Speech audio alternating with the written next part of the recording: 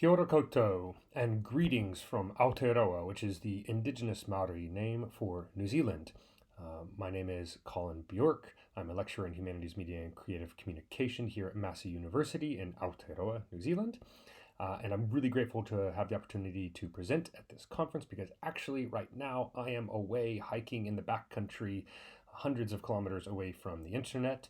And so thank you so much to the organizers, both for all the labor that goes into planning an interdisciplinary and international conference, as well as the specific labor that went into making this accessible for me, even though I couldn't be here synchronously to join in with everyone. But I look forward to returning and to participating in the asynchronous dialogue after the symposium.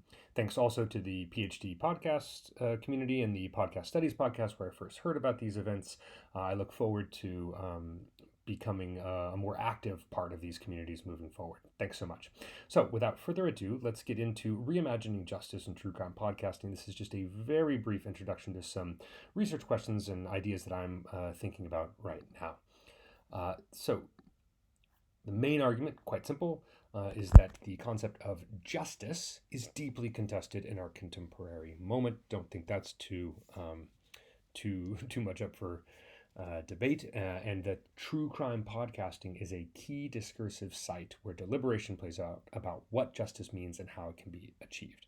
Okay, so this claim emerges from a moment where true crime podcasting is both one of the most popular genres of podcasts in the world today, one of the most critically acclaimed genres, and a site that I'll show in a second is contested about whether or not true crime podcasting is good or bad. But the point is, it is a dominant cultural force and phenomena, and I believe it's worthy of our dedicated attention to better understand how these podcasts are working in relationship with culture. And I think the concept of justice is really important for us there. There's also, as a side note, I'm thinking more about how judgment works in true crime podcasts in an upcoming project. So I think there are lots of key ideas that circulate around true crime podcasts and that are worthy of our study here. True crime storytelling, as you will know, is an age-old genre across plenty of other media prior to podcasting. You'll see there Edgar Allan Poe's face on the left, who's often figured as one of the earliest writers in the true crime genre, although actually the true crime genre elements of it emerge in much earlier writings across a variety of different texts. In Western culture, you might even consider, for example, the Iliad as a kind of true crime writing. So the point is, the genre's been around for ages, and people have been adapting it, and it's been evolving in response to local cultural conditions for a long, long time. It's also, as you see on the right, a problematic genre. This is well known and well studied.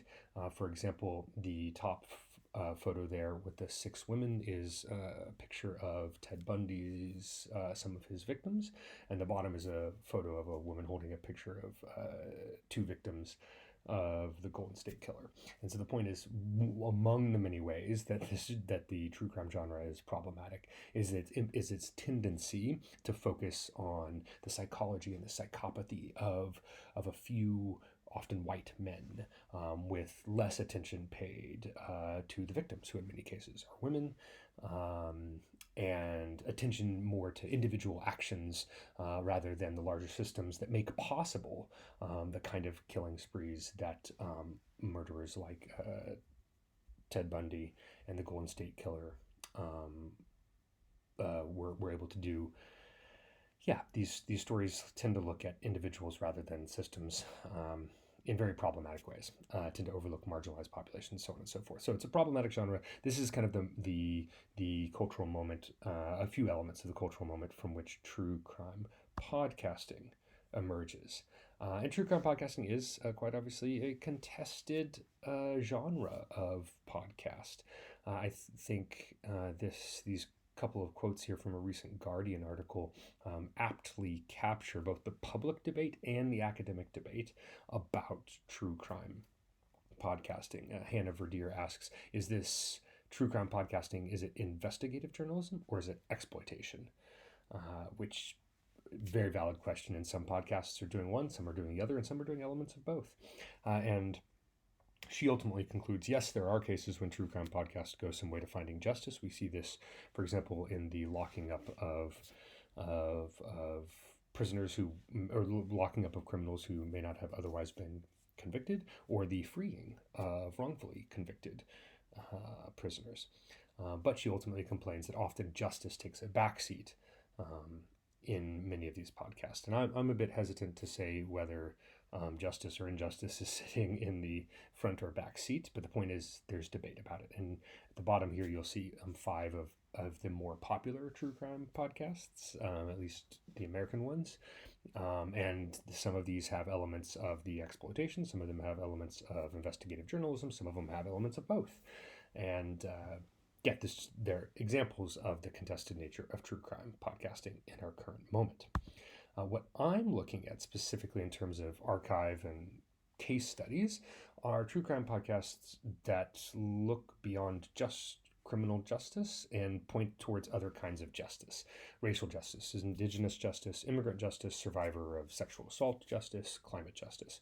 These are not new kinds of justice, but they are kinds of justice that are not always brought to the foreground in true crime storytelling. And these podcasts, there's a growing number of podcasts that are drawing more of our attention to these other kinds of justice rather than simply did he do it, did he not do it, the whodunit traditional podcast. And so what you'll see here in terms of these different podcasts, to draw your attention to them, Ear Hustle and Bird's Eye View are podcasts produced by prisoners in prisons. Ear Hustle is produced in San Quentin State Penitentiary in California, and Bird's Eye View is produced by women in a women's only prison in Darwin, Australia.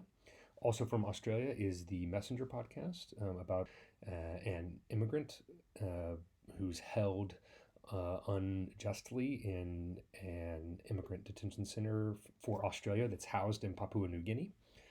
Believed is the podcast about the victims and survivors of sexual assaults in Michigan gymnastics. 74 Seconds is about the murder of Philando Castile by a police officer in Minnesota. The Missing Murder podcast is told by journalist,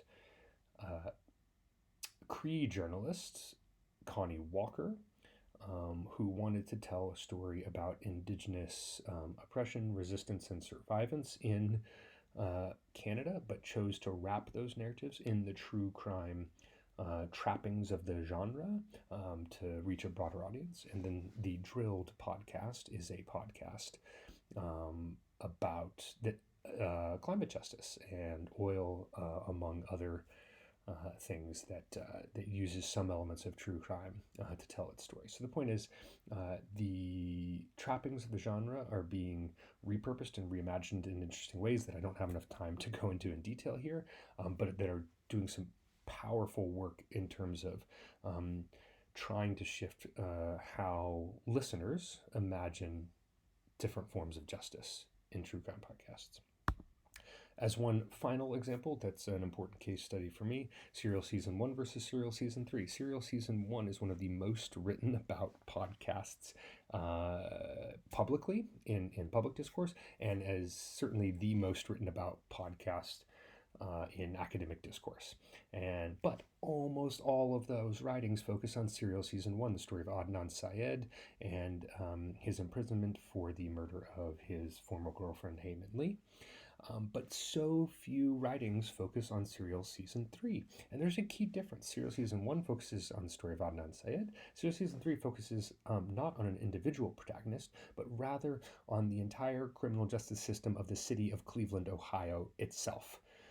And this key difference between focusing on subjects, in individual subjects in Season 1 and systems in Season 3 marks for me an important kind of shift that we see in this evolution from 2014 Serial Season 1 to a few years later when Serial Season 3 came out, that there's an increasing focus on systems and how the systems themselves are problematic and lead to different kinds of injustice, rather than just individual narratives about individual subjects. And that's tied to notions of poetic justice, right, where bad behaviors are punished in stories and good behaviors are rewarded. That's poetic justice.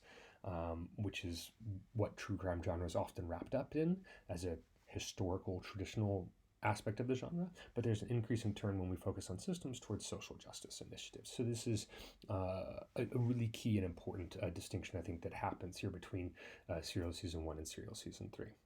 So that's it. This is just a brief overview. I'd be super excited to continue talking with you more if you have questions, comments, ideas, other podcasts you want to point me to.